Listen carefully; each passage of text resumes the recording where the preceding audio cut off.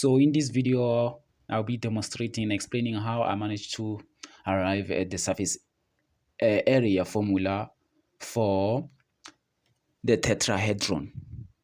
So what I did first was to do the net of the tetrahedron. So this is the net of the tetrahedron. So remember that tetrahedron net result into 4 triangles which are equal. So if these triangles are equal, it means the area of one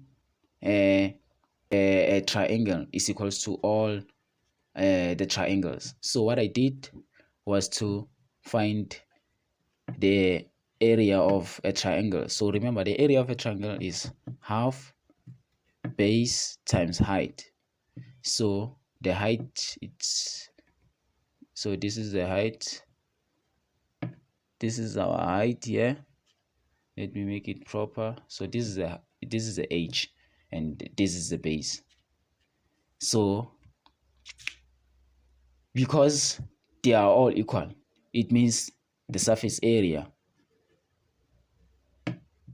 is equals to, remember we have 1 2 3 4, so it's 4 times 1/2 base times height.